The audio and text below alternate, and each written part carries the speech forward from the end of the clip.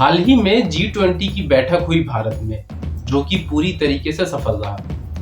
इसी में हमारे देश के प्रधानमंत्री श्री नरेंद्र मोदी जी ने एक टॉपिक उठाया, बायोफ्यूल यानी जैव ईंधन। अब ये बहुत सारे लोगों को तो पता ही नहीं होगा कि जैव ईंधन होता क्या है, ये काम कैसे करता है और ये कितने प्रकार का होता है। ये तो आज की जो अपनी वीडियो है इसी जैव ईंधन पे आधारित है, तो वीडियो के लास्ट तक बने रहिए, क्योंकि आज हम आपको इस वीडियो में जैव ईंधन के बारे में टोटल जानकारी देने वाले हैं कि ये कितने तरीके के होते हैं और ये काम कैसे करता है। तो अगर आपने इस चैनल को अभी तक सब्सक्राइब नहीं किया तो सब्सक्राइब जरूर कर लें। तो आपका स्वागत है इंफॉर्मेशन वॉरियर की एक और नई वीडियो में। जैव ईंधन मुख्यतः 4 प्रकार के होते हैं। एक तो है ठोस जैव ईंधन, दूसरा है तरल जैव ईंधन।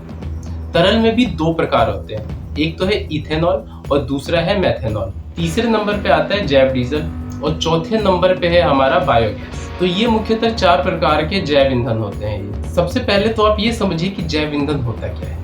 तो प्रकृति से मिले हुए, जैसे पौधे हो गए या जीव हो गए, इनसे मिलने वाले ईंधन को, चाहे वो ठोस हो, तरल हो या गैस हो, ऐसी चीजों को हम जैव ईंधन कहते हैं। जैसे कि हमें पेड़ पौधों से लकड़ियां मिलती है, जीव जंतुओं से उनके गोबर वगैरह हो गए, ऐसी चीज को हम जैव ईंधन कहते हैं। इसके फायदे की बात करें हम, तो जैव ईंधन से पर्यावरण को कम नुकसान पहुंचता है, इसमें लागत भी कम आती है, पैसे भी हमारे बचते हैं। साथ ही साथ जो हमारी मौजूदा जो हमारा ईंधन है उसकी भी कम खपत होती है, जैसे पेट्रोल डीजल वगैरह होगी, ये भी हमारा बचता है। अब आते हैं अपने टॉपिक पे। तो सबसे पहले आता है ठोस जैव ईंधन। अब ठोस जैव ईंधन में आ जाते हैं लकड़ी हो गया, लकड़ी का बुरादा, गोबर, घरेलू कूड़ा वगैरह हो गए, कोयला हो गया, ऐसी चीजें हमारी ठोस जैव ईंधन में आती है, जिससे हम गर्मी उत्पन्न करते हैं, जिससे उस गर्मी से हम भाप भी बना सकते हैं। जैसे कि आपने देखा होगा भट्टियों में लोहे को गर्म करने के लिए इन लकड़ियों का इस्तेमाल करते हैं। अगर हम बात करें इसके नुकसान की, तो इसका सिर्फ 5 से 10% ही ऊर्जा में बदलता है। उसके अलावा बाकी का सारा मामला वेस्ट हो जाता है, इसका वेस्ट निकल जाता है। सिर्फ 5 या 10% ही इसका हम ऊर्जा इस्तेमाल करते हैं। उसके अलावा कोयला या फिर राख में ये सारा का सारा तब्दील हो जाता है। अब दूसरे नंबर पे आता है तरल जैव ईंधन। इसकी एनर्जी डेंसिटी काफी ज्यादा होती है, इसीलिए इसका इस्तेमाल जो है ये परिवहन ईंधन के रूप में सबसे ज्यादा किया जाता है। लेकिन इसको साफ ईंधन की भी जरूरत पड़ती है, ताकि इंजन साफ रहे और वो ज्यादा प्रदूषण ना करे। तरल स्थिति में ईंधन को जलाना काफी आसान होता है, एनर्जी ज्यादा मिलती है और इससे वेस्ट भी कम निकलता है। जैसे कि इसमें आते हैं, एक आता है इथेनॉल और दूसरा आता है मेथेनॉल। तरल में सबसे पहले आता है इथेनॉल। इथेनॉल को हम पेट्रोल की जगह भी इस्तेमाल कर सकते हैं, या पेट्रोल में हम मिला करके इसका इस्तेमाल कर सकते हैं। अब ये इथेनॉल बनता कैसे है, तो इसके लिए जो इस्तेमाल किया जाता है, जो हमारे खराब अनाज हो जाते हैं, जैसे गेहूं हो गया, मक्का हो गया, चुकंदर हो गया या गन्ने हो गए। गन्ने ऐसे इस्तेमाल होते हैं जो हमारे शुगर मिल होते हैं। शुगर मिल में जब हम रस निकाल लेते हैं, जो ये गन्ने वेस्ट बच जाते हैं, इससे हमारा इथेनॉल बन जाता है। या फिर जो हमारे अनाज के भंडार होते हैं, जो हमारे गोडाउन होते हैं, उसमें जो खराब अनाज हो जाते हैं, उसका इस्तेमाल करके ये इथेनॉल बनाया जाता है। दूसरा है हमारा मेथेनॉल।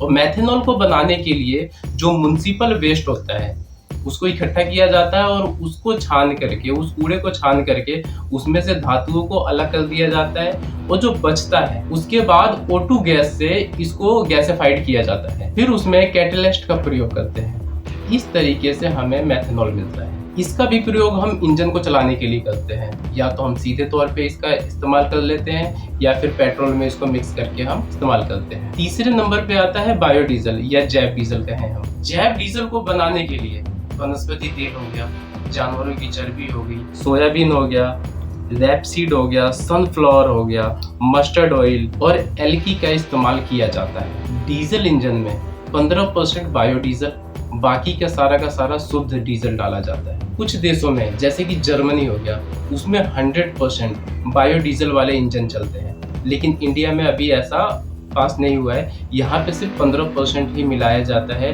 बायोडीजल, बाकी का सारा शुद्ध डीजल होता है। दूसरी बात है कि अभी यहाँ पे उतना उत्पादन भी नहीं है इस बायोडीजल का। चौथा आता है हमारा बायोगैस। बायोगैस को बनाने के लिए टोटली एग्रीकल्चर जो भी वेस्ट होते हैं उसका इस्तेमाल किया जाता है यहाँ पे। जैसे कि फसलों का बचा हुआ हिस्सा हो गया, जानवरों का मलमूत्र हो गया, गीला गोबर हो गया, या सब्जियों के बचे हुए कचरे हो गए, इन सब का इस्तेमाल करके ये बायोगैस बनाया जाता है। बायोगैस बनाने के लिए सबसे पहले तो एक चैम्बर की ज़रूरत पड़ती है जो कि ऑक्सीजन रहित हो, ताकि उसमें ऑक्सीजन ना जाए।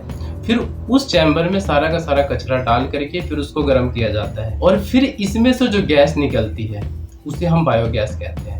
इसमें से मुख्यतः दो गैसें निकलती है, एक तो है मीथेन और दूसरी है कार्बन डाइऑक्साइड। इसका इस्तेमाल हम ऊर्जा बनाने के लिए भी करते हैं, जैसे बिजली वगैरह।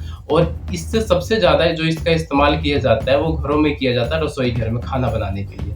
तो इससे हम बिजली भी बना लेते हैं और इससे हम खाना भी बना लेते हैं। तो दोस्तों ये थे वो 4 प्रकार के जैव ईंधन जिसके बारे में G20 में हमारे प्रधानमंत्री श्री नरेंद्र मोदी जी ने कहा था, और ये इस तरीके से इसका निर्माण होता है। इसके सबसे बड़ा एक फायदा है कि इससे प्रकृति को बहुत ही कम नुकसान होता है, हमारा पैसा भी बचता है और सफाई भी हो जाती है, क्योंकि ये ज़्यादातर ये जो चीज़ें बनती है वो सारा का सारा वेस्ट से ही बनता है। तो दोस्तों कैसी लगी ये जानकारी आपको, ये आप हमें कमेंट करके ज़रूर बताएं। तब तक के लिए जय हिंद, जय भारत।